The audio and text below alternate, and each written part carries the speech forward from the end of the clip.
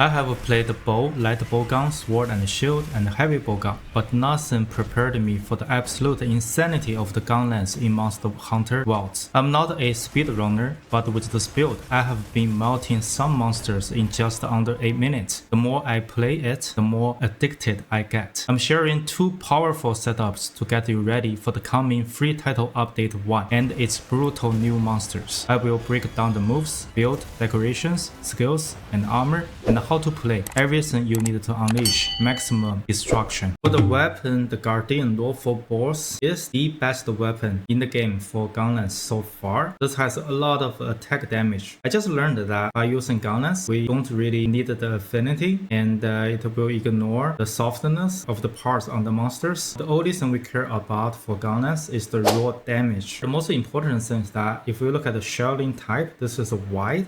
It does the highest damage from all of the different types. And most importantly, it will have slightly strong in terms of power. Even though we can craft some arcane weapons, it will not get slightly strong grade for the power. So this is why this weapon is the best weapon so far. If you really want to play with multiplayers, you can try to craft arcane weapons with paralysis on it. For paralysis weapon, I believe arcane weapon is probably the best in the game. Another weapon worth noticing is the white cannon. This will do a lot of raw attack damage, similar as G Lawful Boss. And then affinity doesn't matter. This will have blast damage, which can be useful in some scenarios. For the weapon decorations, I'm using artillery level 3. This will increase our attack and also firing speed for the signature move, Variance Fire, which is really great. This will also increase our shelling attack. And the second one, I'm using magazine. This will give us load shells, which will give us loading capacity +1.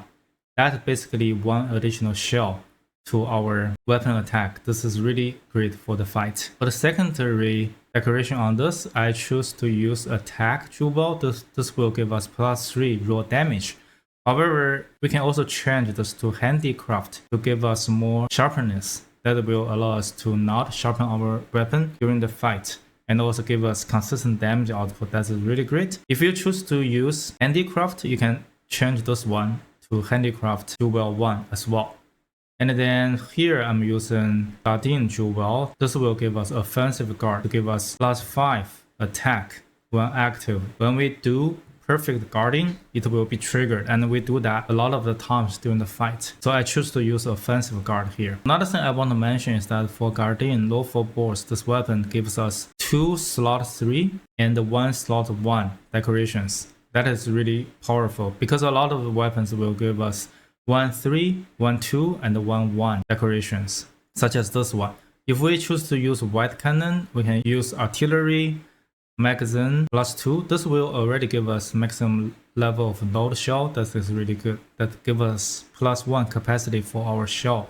And then I choose to use Guardian Jewel as well. For the armor set, I have 2 setups that I want to share. The first one is the one that I try to use a lot in my fight. In this setup, we use 4 pieces from the Guardian Embony armor set: the helm, the chest, the arms, and the wrist. And then I'm using the Jindahat grips. The reason we pick 4 pieces from the Guardian Embony armor set is that it will give us burst boost rank 2, which is +10 raw damage. This is really great because all we care about is the raw damage. You can only use 2 pieces. That will give us burst boost rank 1, which will give us only 3 raw attack. So I choose to use 4 pieces to give us +10 raw damage, which is really great. For the lag, it will give us 2 levels of agitator. For the decorations, a lot of people will choose this full real jewel, which will give us resentment skill that will give us raw damage whenever we have a red portion of our house gauge. I think if we try to do guard, or we will get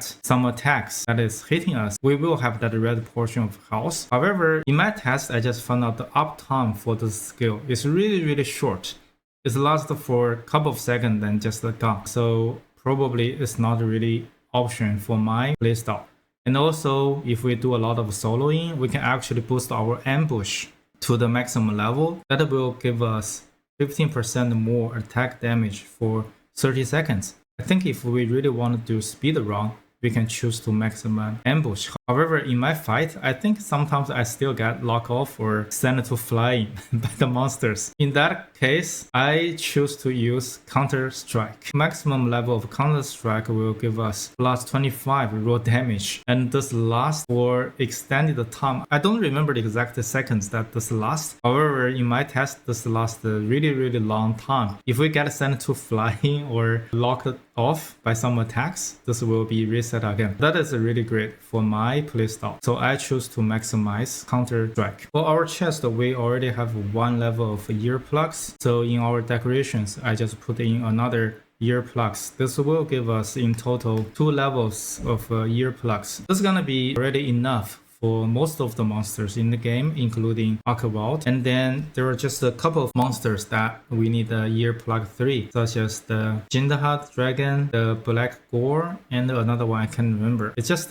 probably 3 monsters. We need the 3 earplugs, and for most of the fight, 2 levels of earplugs would be good enough. And for the last one, I choose to use ambush here to give us some attack boost while we do sneak attacks. If we are fighting some of the monsters that need 3 levels of earplugs, we can put in another earplugs here as well. For the last one, this is slot 1 decoration. I choose to use flash. Well, this will basically increase the attack range for our flash pots, which is great for a lot of the dragons that can fly. And definitely there are a lot of options. You can choose protection to give divine blessing. However, we're using shield. I don't think this is really that helpful. If you're playing in group setting, I think getting the shockproof will be helpful, and we can also put in 1 speed eating to reduce the time that we use our potions. There are definitely a lot of options we can choose from. And lastly, for the talisman,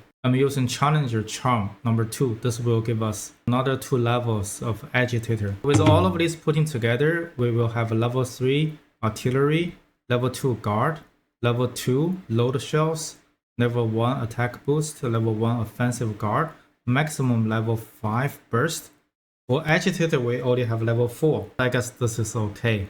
And we have a maximum level of counter strike, 2 level of earplug. For other skills, that is nice to have. And for the mantle, we're using corrupted mantle. However, we can also use the mantle that can conceal ourselves to get more sneak attacks if we need to chase down the monsters while they move to a new location. For the second setup, we're using the same weapon. However, for the armor set, we only use 2 pieces from the Guardian in Bonnie armor set. This will give us burst boost rank 1, which is plus 3 raw damage when burst is active. And then we're using 3 pieces from the Jindahad armor set. This will give us the set bonus called Binding Counter, which will increase our attack whenever we do Power Clash. I think we do Power Clash a lot of times. You can see the difference between setup 1 and setup 2 here is that the first setup focusing on getting burst boost rank 2, which gives us plus 10 raw attack instead of plus 3. However, using the second setup, we have the Binding Counter set bonus, which will increase our attack when we do Power Clash.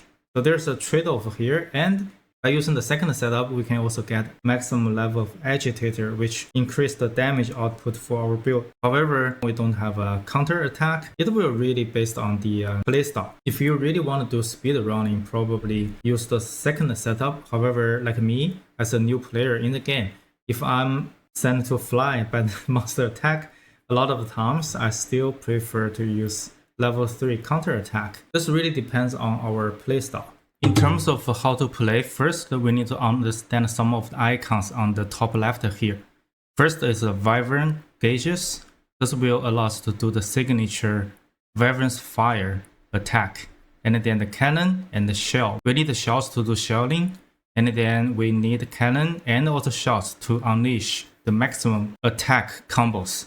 For the signature move, we can hold on our R2 and press the triangle and the circle together. So we will charge and release. This will give us the maximum damage for this build.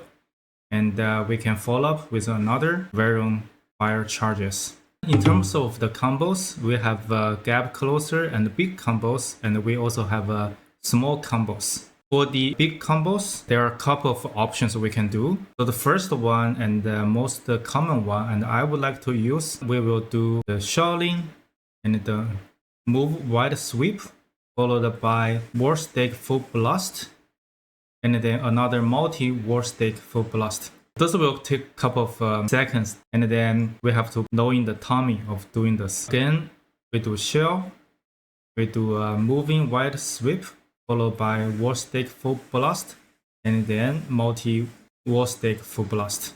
So this is the most common and a very good combo I would like to use. When we do shelling, we can move, and then do a move wide sweep to position ourselves better, and then do the full blast, the two full blasts together.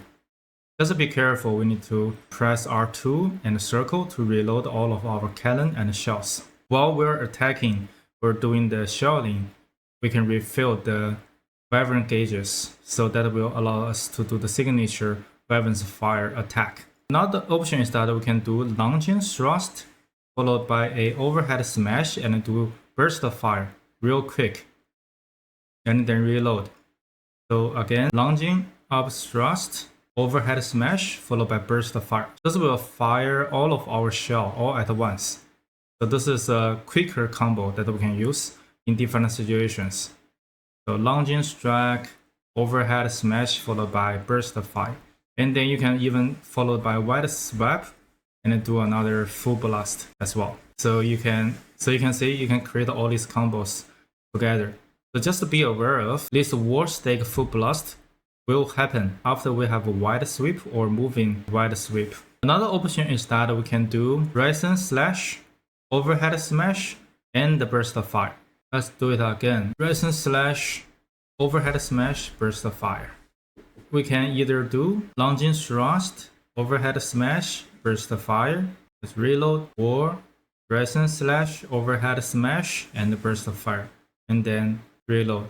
Sometimes we don't have enough time to do all these big combos. We can try some small combos. One easy one is that we can just do lateral thrust 1 followed by shell, thrust 1 followed by shell, thrust 1 followed by shell, reload. Let's do it again. Lateral thrust 1 followed by shell, thrust, shell, and reload.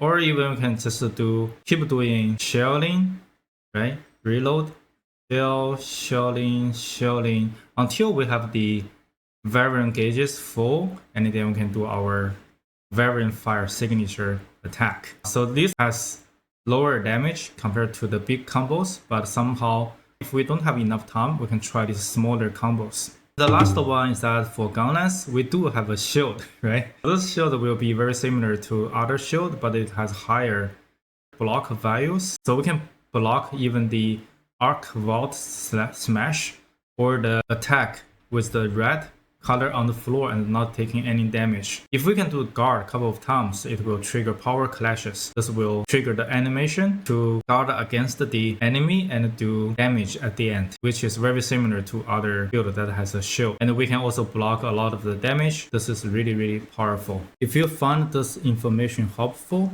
please like, comment, and subscribe to support our channel. Thank you for watching and see you in the next one.